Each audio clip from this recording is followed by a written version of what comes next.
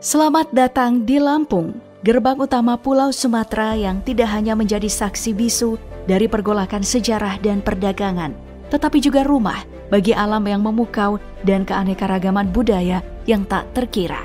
Di sini, kita akan menyelam dalam ombak sejarah, berlayar melintasi panorama alamnya yang memikat dan menari bersama irama budayanya yang kaya.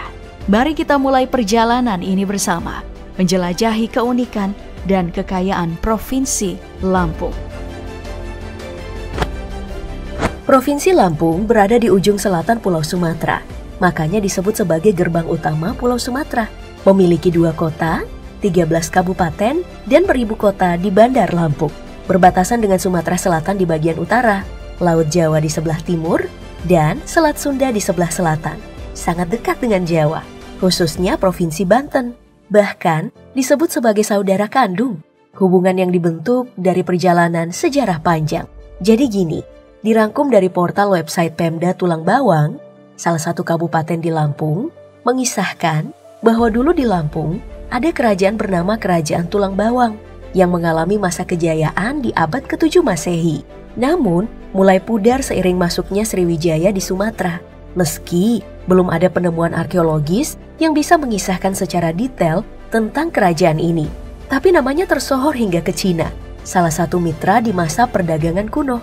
Setelah itu, Lampung kemungkinan besar berada di bawah kekuasaan Kerajaan Sunda. Hingga abad ke-16, Kesultanan Banten menghancurkan ibu kota Kerajaan Sunda, Pajajaran. Tapi Sultan Banten, Sultan Ageng Tirtayasa, tidak mengambil alih kekuasaan di Lampung. Justru anaknya, Sultan Abu Nasar Abdul Kahar, melawan ayahnya dengan meminta bantuan VOC. Bantuan itu ditukarkan dengan penguasaan atas Banten. Setelah Sultan kalah di tangan anaknya sendiri, Banten pun dikuasai.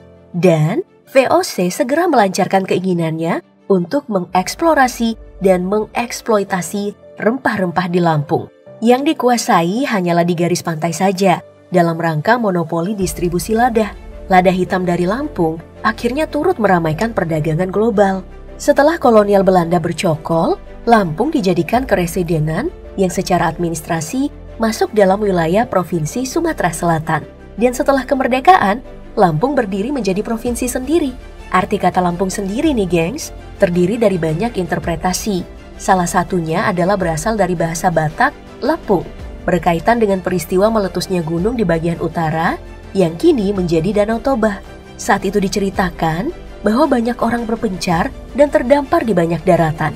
Seorang lantas teriak Lapung yang berarti besar. Dalam hal ini adalah daratan besar. Daratan itu kini bernama Lampung.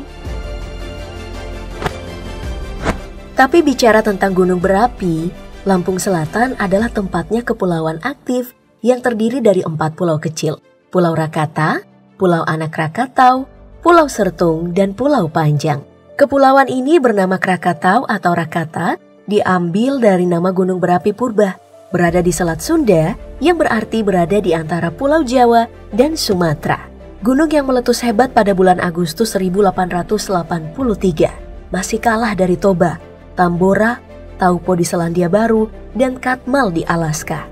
Tapi karena Krakatau meletus di masa teknologi informasi yang sedang tumbuh dan penduduk yang padat, maka dalam catatan, letusannya adalah bencana besar pertama dunia setelah penemuan telegraf bawah laut, yang getarannya itu sampai ke Eropa. Gelombang tsunami yang dihasilkan bahkan menyapu sampai ke Hawaii, pantai barat Amerika Tengah, dan semenanjung Arab.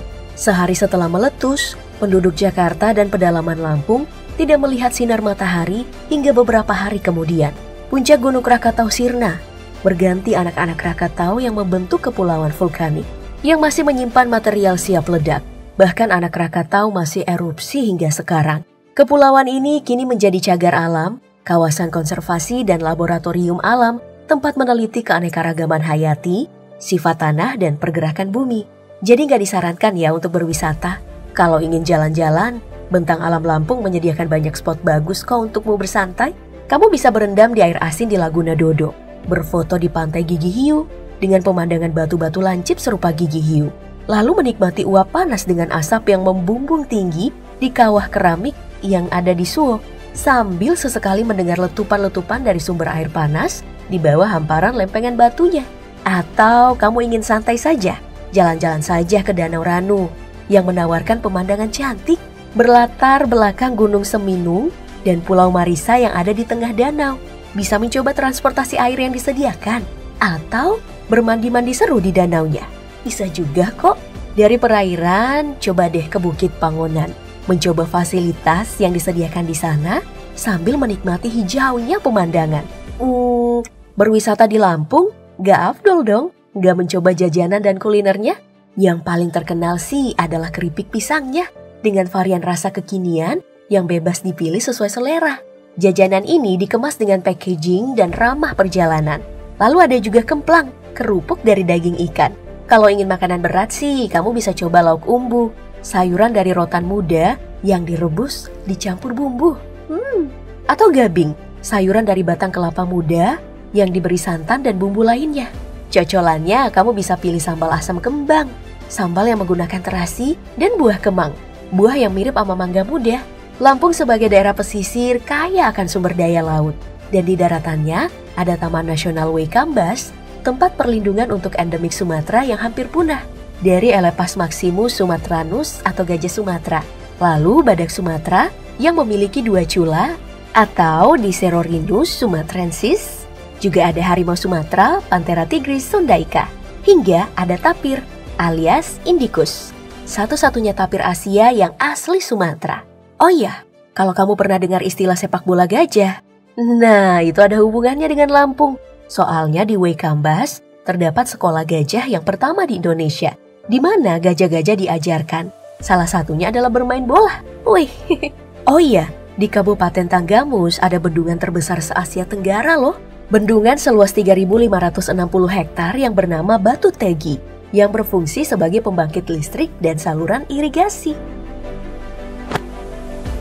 Dan jika berbicara tentang kebudayaan Lampung, yang istimewa itu adalah budaya lisannya, tradisi bertutur yang menjadi media mereka berdongeng tentang kehidupannya.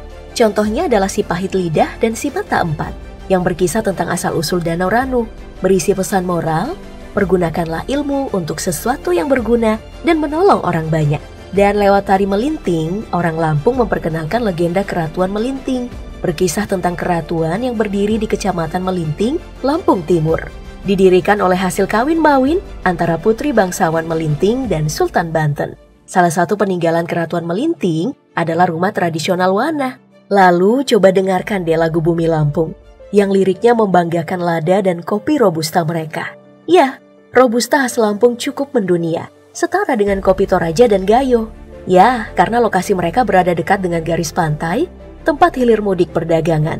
Bahkan pemerintah di era 60-an memiliki program transmigrasi, membawa banyak suku masuk ke Lampung, membuat provinsi ini diisi lebih banyak pendatang ketimbang penduduk lamanya.